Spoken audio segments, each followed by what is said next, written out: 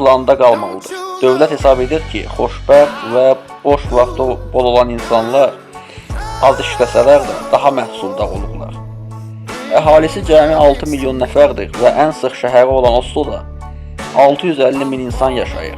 Bununla belə dövlət yüksək binalar tikmək əvəzinə Norveç mədəniyyətinə uyğun təbiətlə iç-içə kiçik və rəngarəng tikililəri üstün tutur. Çünki onların düşüncəsinə görə təbiəti qorumaq xoşbəxt bir həyat üçün ən vacib amildir. Bu səbəbdən heyvanlara qarşı xüsusi bir qayğı mövcuddur.